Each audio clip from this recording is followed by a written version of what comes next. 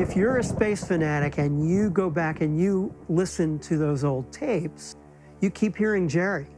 Apollo 8 when they go into lunar orbit. And then on Apollo 12, he's the Capcom again when Pete Conrad and Dick Gordon and Al Bean are launched into a thunderstorm. It's just 10, 15 seconds into it, they became the world's tallest lightning rod. 3, 2, 1, 0. All engines running, commit. They had just lifted off the pad. The lightning bolt from a nearby thunderstorm came across and hit the very top of the escape tower, and the charge went down through the command module, down through the exhaust gases and grounded out on the pad. All the lights came on, all of the noises that come along with various emergencies all came on at the same time. And we don't know what to do. We've never seen anything approaching this in training. Everybody was standing up and sitting down and passing word to the flight director as to what was going on, and the poor guy must have felt like he was drinking from a fire hose because he had more information than he could cope with. It was helter-skelter there. Jerry was in the middle of that one, trying to give useful information to the crew and keep them relatively calm. All the time this pandemonium was going on, one of the guys was saying, tell him to go SCE to aux. Meaning signal conditioning electronics, and if you turn it to auxiliary, you'll get your data back. And the flight director said, okay, Jerry, tell him, Apollo 12, this is Houston, go SCE to aux. Apollo 12, Houston, try SCE to auxiliary, over. Try SCE to auxiliary. What the hell is that? SCE to auxiliary. Keep in mind, they're on top of a moon rocket that is still firing with lots and lots of rocket power pushing them towards space. Well, if the rocket goes too many degrees, maybe 5, it's going to come apart. Okay, we want you to try SCE to aux. Jerry didn't know what it meant. Fortunately, Al Bean knew where that switch was. That switch happened to be in front of me. And even though we had never touched it in all the training, I knew where it was. I had no idea what it did. I didn't care. They said, do it. I did it.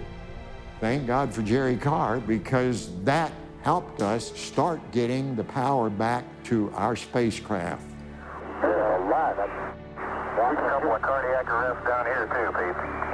There wasn't any signs for that up here.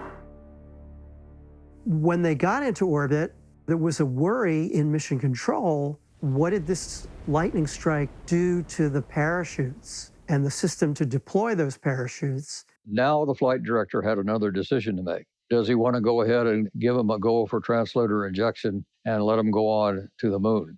We wanted to go to the moon. Think about it this way. If they make you come home, you're going to die 10 days earlier in case this did fail. Well, it finally dawned on them, let's send them to the moon. They'll have 10 more days. They'll have a lot of fun, but mostly we'll learn a lot from what they do there. And then when they come home, now we're going to find out what happened up there. TLI just doesn't sound like much, just 3 letters, but it's translunar injection. Now you're going to start towards the moon, and you just don't turn around from that. So I called him and I said, your go for translunar injection, or TLI. Apollo 12, Houston, the good word is your go for TLI. Hoopy-doo, we're ready. We didn't expect anything else. We didn't train for anything else, Pete. You better believe it. Jerry Carr, God bless his soul, said, okay, you guys are go for TLI. We were celebrating and ready to go. Then Jerry is the Capcom. On November 19th, 1969, the second time in history that humans have landed on the moon. He's got it made. Come on in there. 24 feet. Contact light. Roger, copy contact. The brakes are close. Landing. Pete, outstanding, man. They landed only about 250 feet or so from a spacecraft that had landed there several years earlier. It was called Surveyor 3. And we were running down to Surveyor. I had a chance then to look up and see the Earth. I looked at it and I said, that is the Earth. This is the moon. This whole thing was science fiction to us, too. That's the Earth, this is the moon. And I said to myself, quit doing that. Start making some observations